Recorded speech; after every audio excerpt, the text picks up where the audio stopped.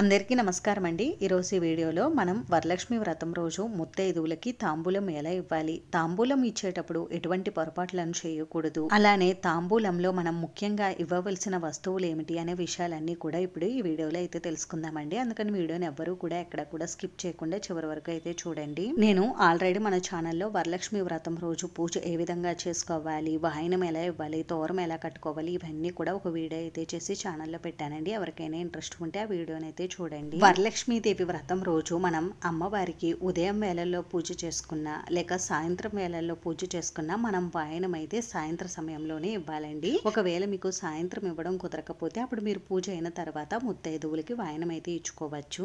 ఈ రోజున మీరు ముగ్గురు ముత్తైదువులకు కానీ, 5గురు కానీ, 9 మంది కానీ, 11 మంది కానీ ఇలా మీకు నచ్చిన సంఖ్యలో మీరు ఈ రోజున ముత్తైదువులకి తాంబూలం అయితే ఇచ్చుకోవచ్చండి. మేము ఇంతమందికి ఇవ్వలేమండి అని అనుకున్నవారు కనీసం ఈ రోజున మీరు ఒక్క ముత్తైదువుకైనా వాయనం అయితే ఇవ్వండి. ఈ రోజున మనం వాయనం ఇచ్చే ముత్తైదువు సాక్షాత్తు శ్రీ మహాలక్ష్మీదేవిగా భావించి వారిలోనే అమ్మవారిని చూసుకుని మనం వాయనం అయితే సమర్పించాలండి. ఇక్కడ ఒక ముఖ్య విషయం చెప్పాలని అనుకుంటున్నానండి. మనం ఇలా ఏ పూజలైనా వ్రతాలైనా చేసినప్పుడు ఎక్కువగా మనం ముత్తైదువులకి వాయనం అనేది ఇస్తూ ఉంటాము. అయితే మనం ఇలా వాయనం ఇచ్చేటప్పుడు మనం లేని వారికి ఈ వాయనాన్ని ఇస్తే వారు చాలా సంతోషిస్తారండి. వాయనాన్ని చూసి వాళ్ళు చాలా హ్యాపీగా అయితే ఫీల్ అవుతారు. మనం ఇచ్చేటట్టు ఈ వాయనంలో పెట్టిన వస్తువులన్నీ కూడా వారికి చాలా అంటే చాలా ఉపయోగపడతాయండి. అందుకని మీరు లేని వారికే వాయనాన్ని ఇవ్వడానికి అయితే చూడండి. ఉన్నవారా లేనివారా అనేది పక్కన పెడితే ఈ రోజున మనం వాయనం ఇచ్చే ముత్తైదువు సాక్షాత్తు ఆ శ్రీ మహాలక్ష్మి దేవిగానే మనం భావించాలండి. ఆ అమ్మవారే మన ఇంటికి వచ్చి వాయనాన్ని స్వీకరిస్తున్నట్టుగా మనం భావించి ఆ ముత్తైదువులకి మనం వాయనం అయితే ఇవ్వాలి. ఒకవేళ మన ఇంటికి సాక్షాత్తు ఆ అమ్మవారే వస్తే మనం ఎంత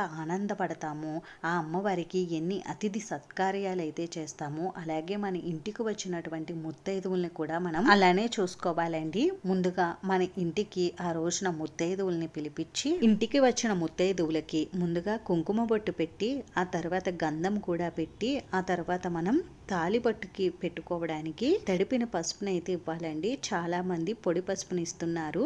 అలా ఇవ్వకూడదండి. మనం తాలిబొట్టుకి పెట్టుకోవడానికి తడి పసుపునే ఇవ్వాలి. ఇప్పుడు ముత్తైదువుల కాళ్ళకు పసుపునైతే రాయాలండి. పసుపును రాసేటప్పుడు ఎక్కడా కూడా మనకి పొడి లేకుండా నిండుగా కాళ్ళకి పసుపునైతే రాయాలండి. ఒకవేళ ముత్తైదువులుగా వాయనం తీసుకోవడానికి మనకంటే చిన్న వయసు వారు వచ్చిన వారికి కూడా మనమే కాళ్ళకు పసుపునైతే రాయాలండి. అలాగే ఈ వాయనాన్ని పెళ్లి కాని వారికి కూడా ఇవ్వవచ్చా అని అంటే ఇవ్వవచ్చండి. మనం ఈ వాయనాన్ని పెళ్లి అయిన వారికి కానీ పెళ్లి కాని వారికి కానీ ఎవరికైనా సరే ఇవ్వవచ్చు. ఇప్పుడు మనం ముత్తైదువులకి తాంబూలం ఇవ్వడానికి ఒక ఇత్తడి ప్లేట్ అయితే తీసుకోండి. స్టీల్ ప్లేట్ కాకుండా ఏదైనా ఒక ప్లేట్ అయితే తీసుకోండి. ఆ తర్వాత మీ శక్తి కొలది ఈ రోజున మీరు వాయనంగా 2 జాకెట్ ముక్కలను కానీ లేదు అంటే ఒక జాకెట్ ముక్కనైనా మీరు వాయనంగా ఇవ్వవచ్చండి. నేను ఇక్కడ ఒకటే చూపిస్తున్నాను. 2 జాకెట్ ముక్కలను ఇచ్చే శక్తి ఉన్నవారు మీరు 2 జాకెట్ ముక్కలను తాంబూలంలో పెట్టండి.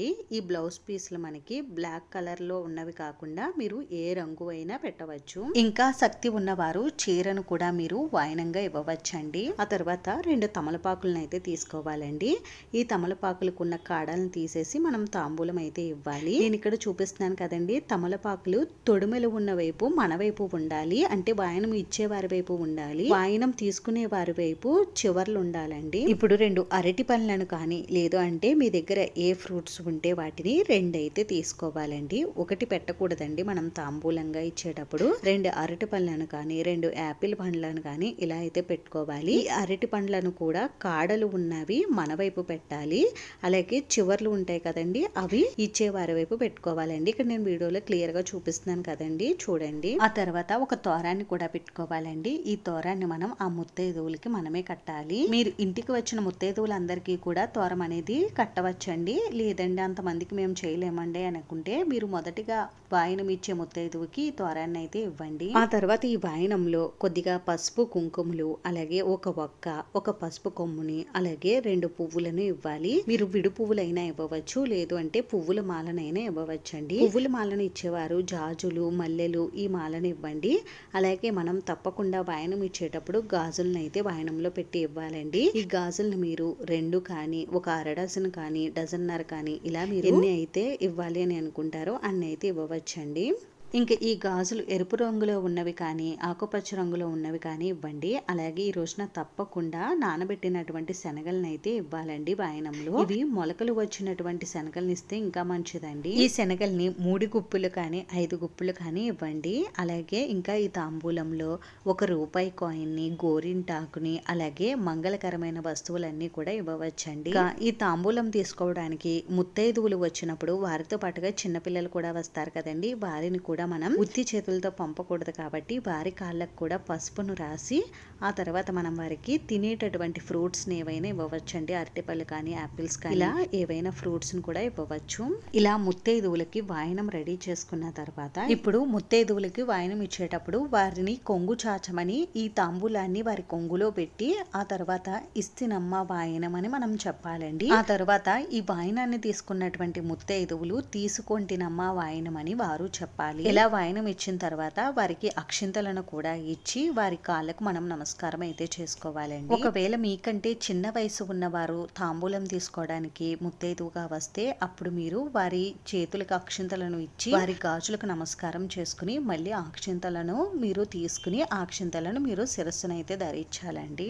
ఇలా వాయనం ఇచ్చిన తర్వాత ఆ ముత్తైదువుల నోరు తీపి చేయాలండి. అలాగే ఈ తాంబూలంతో పాటుగా మీరు రిటర్న్ గిఫ్ట్స్ ఏవైనా కూడా ఇచ్చుకోవచ్చు. ఇలా వరలక్ష్మి వ్రతం రోజనే కదండి, మనం ఏ రోజున ఏ పూజ చేసినా వ్రతం చేసినా కూడా ముత్తైదువులకి తాంబూలం అయితే ఇలాగే ఇవ్వాలి. అలాగే శ్రావణ మాసంలో మన ఇంటికి ఎవరు వచ్చినా చిన్నపిల్లలు కానీ ముత్తైదువులు కానీ అలా మన ఇంటికి ఎవరు వచ్చినా కూడా వారిని ఉత్తి చేతులతో పంపించకూడదండి. వారికి ఇలా తాంబూలం అయితే ఇవ్వాలి. ఇలా అస్తమాను తాంబూలం పెట్టి ఇవ్వలేకపోతే ఫ్రూట్స్ నైనా వారికి ఇవ్వాలండి. అలాగే ఒకవేళ మన ఇంటికి పూర్వ సువాసనలు అంటే వితంతువులు వచ్చినా కూడా తప్పుగా అర్థం చేసుకోకూడదండి. వారు కూడా అమ్మవారి స్వరూపమే కాబట్టి వారికి కూడా మనం పండ్లు కానీ స్వీట్స్ కానీ ఇచ్చి పంపించాలి. అంతేకాని వట్టి చేతులతో అస్సలు పంపకూడదు. ముత్తైదువులకి మనం ఇచ్చినటువంటి వాయనం పట్టుకుని వెళ్ళడానికి వారికి క్యారీ బ్యాగ్ ను కూడా ఏదో ఒకటి ఇవ్వండి. ఇలా వరలక్ష్మి వ్రతం రోజు మనం అమ్మవారికి పూజ చేసుకున్న తర్వాత ముత్తైదువులకి వాయనం అయితే ఇలాగే ఇవ్వాలండి.